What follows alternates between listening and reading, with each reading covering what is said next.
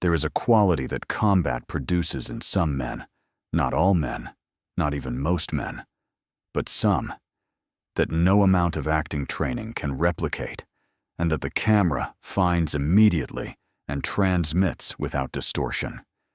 It is not toughness exactly, because toughness implies the possibility of being broken, and this quality is something past breaking, something more fundamental, a specific relationship to mortality that has been established through direct encounter with it, that has been looked at clearly, and that has produced, in the looking, a man who is no longer afraid in the ordinary sense, because the ordinary fears have been superseded by something he has already survived.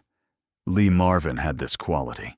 He had earned it on a Pacific island in 1944, at the age of 20, lying wounded in a shell crater for days while the Battle of Saipan continued around him.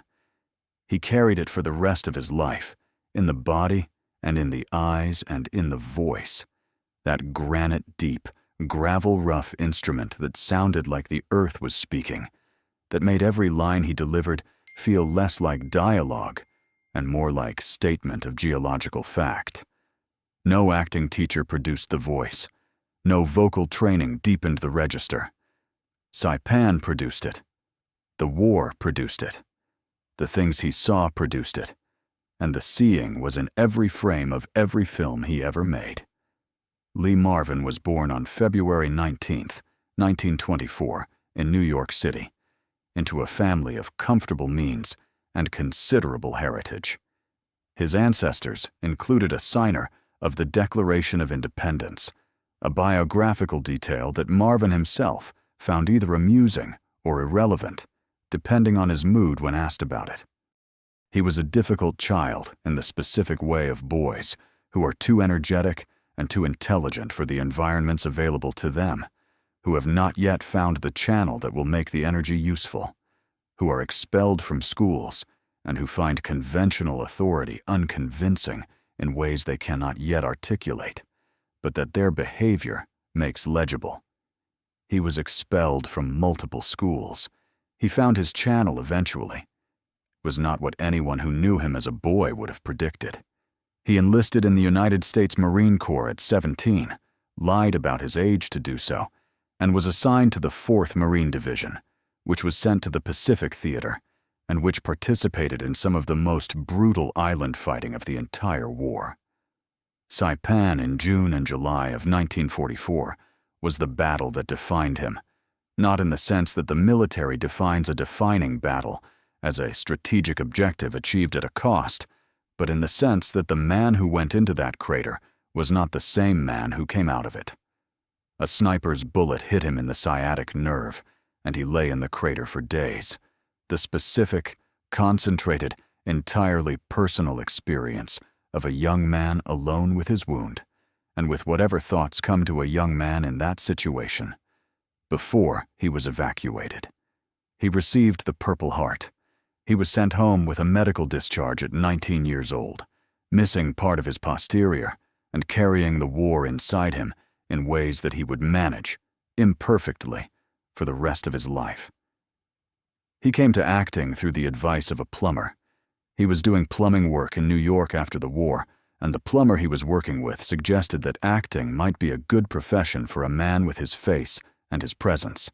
And Marvin, who was looking for something and had not yet found it, tried the suggestion and discovered that it fit in a way that nothing since the Marines had fit.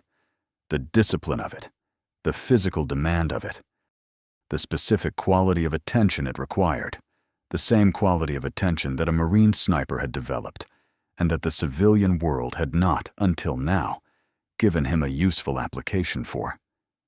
He trained, and he worked, and he built a career through the 1950s in roles that used the specific quality he had: the danger, the coldness, the sense of a man who had been past the ordinary limits of human experience and who was not going to pretend he hadn't been.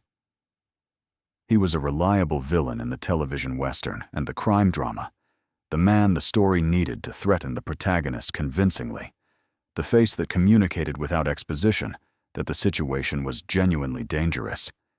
He was very good at it. He was also, which the villain roles did not require, and therefore did not reveal, genuinely funny, with the dark, unexpected humor of men who have seen enough of the world's worst to find the rest of it absurd. Cat Ballou in 1965 revealed the funny. He played Kid Shalene, a legendary gunfighter so thoroughly destroyed by drink that the legend has become a joke, who is hired as a protector and who barely maintains the functional minimum required for the job, with a physical comedy and a willingness to be ridiculous that his screen presence had not previously suggested was available. The performance required him to be drunk convincingly, which is harder than it looks, and which Marvin, who had considerable personal familiarity with the state, managed with a specificity and a commitment that the Academy recognized with the Best Actor award. He won the Oscar playing a comedic drunk. He won it in the same year that he was also nominated, in a separate performance in the same film, playing Shalene's twin brother, which remains one of the stranger statistical facts in the history of the Academy. The Dirty Dozen in 1967 was the film that completed the public image. Marvin leading 12 convicted military criminals on a suicide mission behind enemy lines, managing the specific combination of authority and menace and rough affection for the men under his command that the role required, and doing so with the ease of a man who understood military hierarchy from the inside and who knew exactly what it took to lead men who had stopped respecting ordinary leadership. The film made enormous amounts of money. It also made a specific, durable argument about what American masculinity looked like when stripped of its civilian pretensions. The argument that the most useful men in a crisis are often the men that peacetime finds most inconvenient.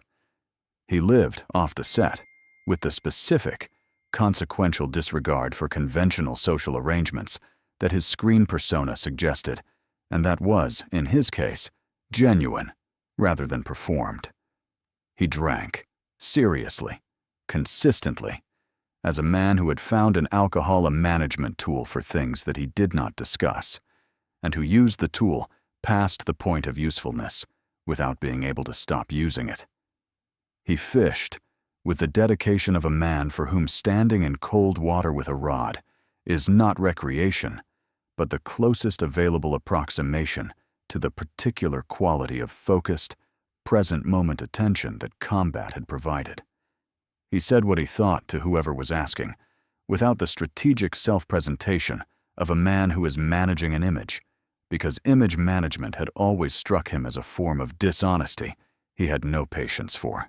The palimony lawsuit arrived in 1979, brought by Michelle Triola Marvin, a woman with whom he had lived for 6 years, asserting that the relationship constituted a form of common law partnership and that its dissolution entitled her to financial support. The California Supreme Court ruled, in a decision that created new legal territory, that non-marital partners could have enforceable claims based on the implied contracts of their relationship. He ultimately won the specific financial case, but lost in the court of public opinion, which was less interested in the legal nuances than in the spectacle of the toughest man in Hollywood being sued by a woman he had loved and left. The lawsuit changed California law and produced a new legal concept, palimony, that entered the language and the legal system permanently. He died on August 29, 1987, in Tucson, Arizona, at the age of 63, of a heart attack. He was buried in Arlington National Cemetery, which is the burial ground of the nation's military dead, and the most appropriate place for a man whose entire identity, the voice, the eyes, the quality of presence that made him one of the most compelling screen actors of his era, was formed on a Pacific island in 1944 when he was 20 years old and lying in a shell crater waiting to find out if he was going to live. He lived. He made the films. He won the Oscar playing drunk. He changed California law. He fished whenever he could. The voice was the war. The war was the man.